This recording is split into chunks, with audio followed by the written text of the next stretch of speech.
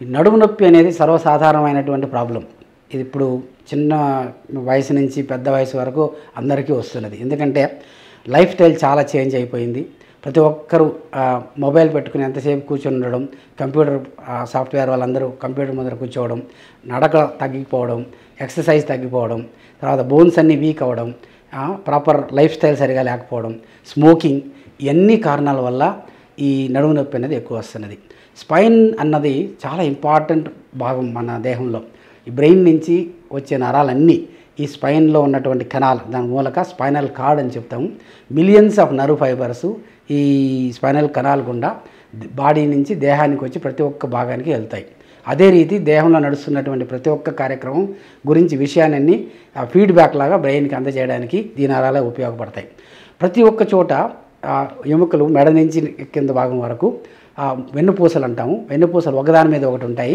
ఆ వెన్నుపూసలు పట్టుకోవడానికి జాయింట్స్ ఉంటాయి మధ్యలో. వాటిని కరెక్ట్ పొజిషన్లో ఉంచడానికి లిగమెంట్స్ ఉంటాయి దాని చుట్టూరా. ఆ రెండు వెన్నుపూసల మధ్యలో ఒక డిస్క్ అన్నది ఉంటుంది, అదే వాషర్ లాగా. దానికి చుట్టుపక్కల ఉన్నట్టు స్పైనల్ మజిల్స్ ఈ స్పైన్ని పాస్చర్ కానీ ఆ షేప్ కానీ మెయింటైన్ చేస్తూ ఉంటాయి. ఈ అన్నిటినీ మనం సరిగ్గా మెయింటైన్ చేయకపోతే దీంట్లో ఏ ఒక్క దానిలో లోపం వచ్చినా కానీ బ్యాక్ పెయిన్ రావడానికి అవకాశం ఉంటుంది. బోన్కే తొందర కావచ్చు, లిగమెంట్ ఇంజరీ అవ్వచ్చు, ఆ జాయింట్ తొందర అవ్వచ్చు, డిస్క్ స్లిప్ అయిపోవచ్చు, ఆ మజిల్స్ వీక్ ఉన్నా కానీ అప్పుడు ఏమవుతుంది, ఏదైనా ఒక సడన్గా ఏదైనా ఎక్కువ పని చేసినప్పుడు ఈ బ్యాక్ పెయిన్ రావడానికి అవకాశం ఉంటుంది. చాలామందికి ఈ కారణాల వల్ల రోజు బ్యాక్ పెయిన్ వచ్చి ప్రతి వాళ్ళ దినచర్యలకే కష్టమవుతుంటుంది, నడవడానికి కష్టమవుతుంటుంది. నడుము నొప్పి, నడుములో నుంచి కాళ్ళే నొప్పి రావడము ఇది సర్వసాధారణంగా ఉంటాయి. దీని జతకు లోపల స్పైనల్ కార్డ్లో ట్యూమర్స్ కానీ రావడానికి అవకాశం ఉంది. అట్లాగే వయసు మీరిన తర్వాత ప్రతి ఒక్క బోను జాయింట్ అంతా అరిగిపోవడం వల్ల స్పాండిలోసిస్ కానీ స్పాండిలోలిస్థెసిస్ అంటాం, అంటే బోన్ ఒకదాని మీద ఒకటి జారిపోవడం. అలా అయినప్పుడు ఏమవుతుందంటే ఈ నరాలకు ఒత్తిడి అవ్వడం వల్ల, ఇరిటేషన్ అవ్వడం వల్ల ఈ స్పైనల్ కార్డ్కి ప్రాబ్లం అయ్యి నరాలకు తొందర వచ్చి నొప్పి వస్తుంది. ఈ బ్యాక్ పెయిన్ని అయినంత వరకు అవాయిడ్ చేసుకోవాలంటే మంచి ఆహారము, ఎక్సర్సైజు, యోగా, స్మోకింగ్ అవాయిడ్ చేయడము, మంచి భోజనం తీసుకోవడం, లైఫ్ స్టైల్ మంచిగా పెట్టుకుంటే దీనివల్ల దీనికి ఏమీ ప్రాబ్లం రాకుండా ఉండడం చూసుకోవచ్చు. కానీ ఒకవేళ ఏదో కారణం వల్ల ఇట్లాగా అయినప్పుడు తక్షణం దాన్ని పరీక్ష చేయించుకుని ఎంఆర్ఐ స్కాన్ చేస్తే ఎక్కడ తొందర ఉన్నది, ఏ పార్ట్లో నరం ఒత్తిడి అవుతుందో తెలిసిపోద్ది. దానివల్ల మనం తక్షణమే దానికి చిన్న ఆపరేషన్ చేసుకుని క్లియర్ చేసుకోవచ్చు.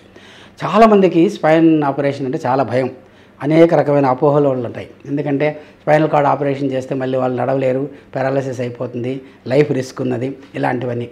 ఇప్పుడు ఆ రోజులు పోయాయి. ఇప్పుడు ఏంటంటే మోడర్న్ టెక్నాలజీ వల్ల ప్రతి ఒక్క spine surgery is micro surgery. No doubt spine surgery is a very delicate surgery. Micro surgery, endoscopic surgery, intra operative 3D imaging, ఇవన్నీ టెక్నాలజీ వల్ల spinal surgery is become very safe now. ఎందుకంటే ఆ correct టైంలో ఆ surgery చేయకపోతే నరం damage permanent అయిపోతుంది.